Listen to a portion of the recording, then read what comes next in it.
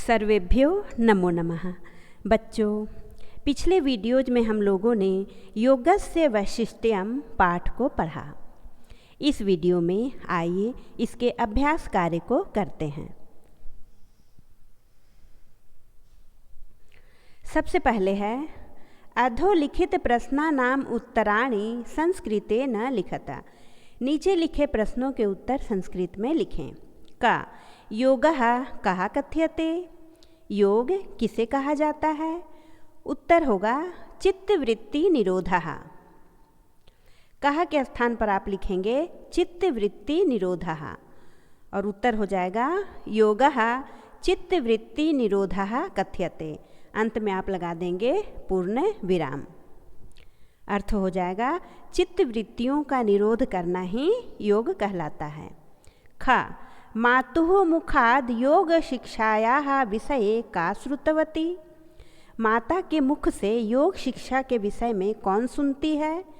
उत्तर होगा सागरिका। का के स्थान पर आप लिखेंगे सागरिका।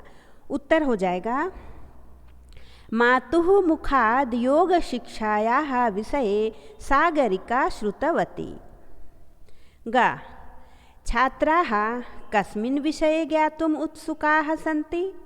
छात्र किस विषय में जानने के लिए उत्सुक थे? उत्तर है योगस्य उपयोगितायाः। कस्मिन् के स्थान पर आप लिखेंगे योगस्य उपयोगितायाः। उसके बाद उत्तर हो जाएगा छात्राः योगस्य उपयोगितायाः विषये ज्ञातुम् उत्सुकाः सन्ति। छात्र योग की उपयोगिता के विषय में जानने के लिए उत्सुक थे। घा प्रमाणानि कानि। प्रमाण कौन कौन से हैं? उत्तर है प्रत्यक्ष अनुमान आगमाः। आप लिखेंगे प्रमाणानि प्रत्यक्ष अनुमान आगमाः, यानी प्रत्यक्ष अनुमान और आगम प्रमाण कहलाते हैं। अंगा स्मृति ही का कथ्यते। स्मृति किसे कहा जाता है? उत्तर होगा अनुभूत विषय असंप्रमोषः। अनुभूत विषय असंप्रमोषः स्मृति ही कथ्यते। अर्थात अनुभव किए गए विषय को पुनः याद में लाना ही स्मृति कहलाती है। यानी जो विषय पढ़ा गया है, सीखा गया है, उसे फिर से स्मृति में लाना, उसे फिर से स्मरण करना, याद करना, यही कहलाती है स्मृति ही। च निद्रा का भवति। निद्रा क्या होती है? उत्तर होगा अभाव प्रत्यय आलंबना वृत्ति ही। अर्थात ज्ञान के अभाव का आश्रय लेने की जो वृत्ति है, यानी ज्ञान के अभाव का आश्रय लेना ही निद्रा कहलाती है। तो आप लिखेंगे अभाव प्रत्यय आलंबना वृत्ति ही निद्रा भवति। छ योग अंगानि कानि। योग के अंग कौन कौन से हैं? तो जैसा कि आप जानते हैं बच्चों कि अष्ट योग अंगानि, और वो हैं यम नियम आसन प्राणायाम प्रत्याहार धारणा ध्यान समाधयाः। तो कान के स्थान पर आप ये सारा लिख देंगे कि ये सभी योग के अंग हैं। ज अहिंसा का कथ्यते। अहिंसा किसे कहा जाता है? उत्तर होगा मनसा वाचा कर्मणा च द्रोहस्य अभावः। आप लिखेंगे मनसा वाचा कर्मणा च द्रोहस्य अभावः अहिंसा कथ्यते। अर्थात मन वचन और कर्म से द्रोह का अभाव ही अहिंसा कहलाती है।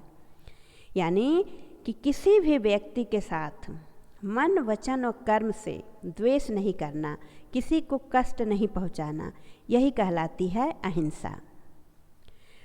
झ अपरिग्रहः कहा भवति। अपरिग्रह किसे कहा जाता है, यानी कि क्या होता है?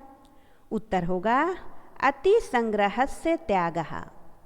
अति संग्रह का त्याग करना अपरिग्रह कहलाता है।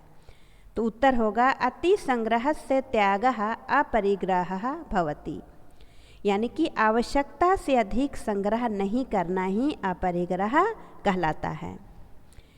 या के नियमाः, नियम कौन कौन से हैं? तो नियम हैं शौच संतोष तपः स्वाध्याय ईश्वर प्रणिधानानि, ये सभी नियम हैं। तो के स्थान पर आप ये सब लिख देंगे।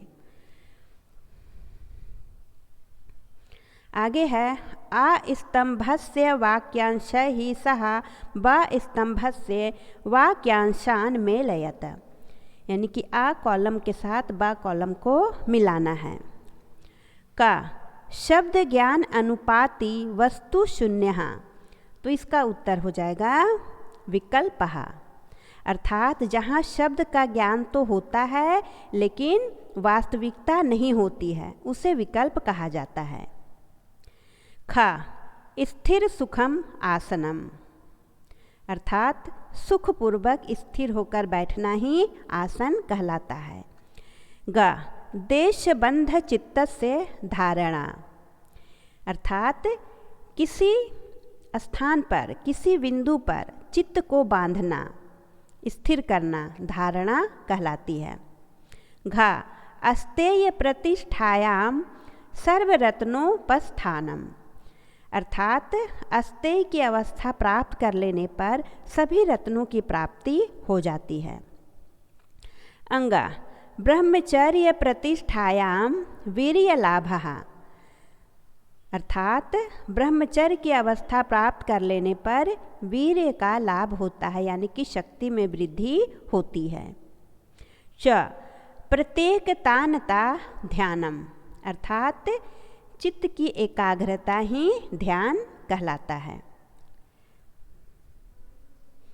आगे है रिक्त स्थानानां पूर्तिम कुरुता, रिक्त स्थानों की पूर्ति करें। का योग शास्त्रे शरीरस्य मनसः नियमनम प्रतिपादनम वर्तते, योग शास्त्र में शरीर के मन और नियम का प्रतिपादन होता है।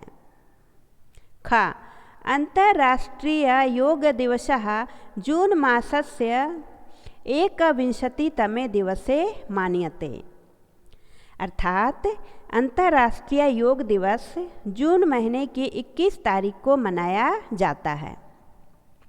ग शौच संतोष तपः स्वाध्याय ईश्वर प्रणिधानानि नियमः, अर्थात शौच संतोष तप स्वाध्याय ईश्वर प्रणिधान ये सभी नियम हैं। घ सत्य प्रतिष्ठायाम क्रियाफल आश्रयत्वम, यानी कि सत्य की अवस्था प्राप्त कर लेने पर क्रिया और वचन जो है वो कल्याणकारी हो जाती है। अंगा विपर्ययो मिथ्या ज्ञानम तद्रूप प्रतिष्ठम, यानी कि मिथ्या ज्ञान का आश्रय लेना ही विपर्य कहलाता है। आगे है अधोलिखित पदानाम संधिम विच्छेदम व कुरुता, नीचे लिखे पदों की संधि या विच्छेद करें। स्वागतम, तो इसका हो जाएगा सुधन आगतम। कालांशः काल धन अंशः। अति धन इव, इसका होगा अतीव। विद्या अध्ययने अपि, विद्या धन अध्ययने धन अपि। सधन उत्साहम, इसका हो जाएगा सोत्साहम। सम्यक रूपेण, सम्यक धन रूपेण। सन्निधि, समधन निधि। अधोलिखित पदानाम मूल शब्दम विभक्तिम वचनम लिंगम च लिखता, नीचे कुछ पद दिए गए हैं, इनका मूल शब्द विभक्ति वचन और लिंग लिखना है। तो मैंने यहाँ पर लिख कर रखा है, आप इसे समझ लें। सबसे पहले है अस्माकम, इसका मूल शब्द है अस्मद। विभक्ति षष्ठी बहुवचन और लिंग में है स्त्रीलिंग, पुल्लिंग और नपुंसक लिंग। यह तीनों लिंगों में होता है। उसके बाद है मनसः। मूल शब्द है मनस, पंचमी और षष्ठी विभक्ति है, यानी कि दोनों में इसका रूप होता है, एक वचन और नपुंसक लिंग। फिर है चिंतया। मूल शब्द चिंता, तृतीया विभक्ति, एक वचन और स्त्रीलिंग। अंगानि। मूल शब्द अंग, प्रथमा द्वितीया दोनों विभक्ति में होती है, बहुवचन और नपुंसक लिंग। तस्मिन्। मूल शब्द तद, सप्तमी विभक्ति, एक वचन, पुल्लिंग। महति। मूल शब्द महत, प्रथमा विभक्ति, एक वचन, स्त्रीलिंग। प्रतिष्ठायाम। मूल शब्द है प्रतिष्ठा, सप्तमी विभक्ति, एक वचन और स्त्रीलिंग। तो यहाँ पर बच्चों अभ्यास कार्य पूरा हुआ। आशा है आपको समझ में आया होगा। अब आप इन्हें अपनी अभ्यास पुस्तिका में लिख लें और इसका अभ्यास करें। धन्यवाद।